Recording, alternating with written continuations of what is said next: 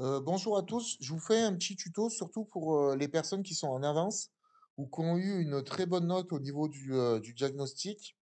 On peut voir par exemple que vous pouvez atterrir directement au niveau 4 et donc que vous pouvez vite avoir l'impression d'avoir fini tous les exercices de la plateforme.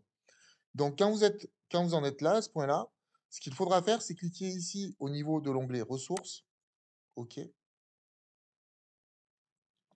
et vous allez pouvoir voir un petit peu tous les exercices qui vous restent à faire sur la plateforme. Donc, moi, ce que je vous conseille de faire, c'est de venir cocher déjà ici toutes les formes d'activités pour avoir accès à tous les types d'exercices proposés. OK, et venir ici choisir en fonction de votre niveau. Donc, si vous êtes en avance, moi, je partirai du niveau 2, du niveau 3 et du niveau 4. Et ici, vous allez pouvoir venir regarder un petit peu les choses sur lesquelles vous avez envie de vous tester, surtout les choses que vous avez envie de réviser pour améliorer votre français. OK? Donc, je vous laisserai regarder. Vous voyez, par exemple, ici, bah, il me reste encore pas mal d'exercices à faire parce qu'il n'y a rien qui est affiché. Si je descends, vous allez avoir accès à tous les niveaux et tous les exercices qui vous restent à faire. OK, je pense que c'est important de le faire.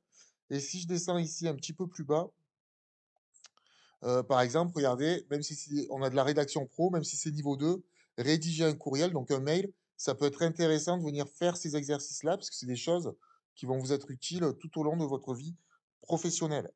OK, pareil, au niveau des signes de ponctuation, ça peut être pas mal aussi, parce qu'on a souvent des doutes, et cetera, et cetera. Donc, vous venir vous tester sur les choses où c'est que vous vous dites: «Ouais, ben, en fait, finalement, je suis pas sûr d'avoir tout juste à 100.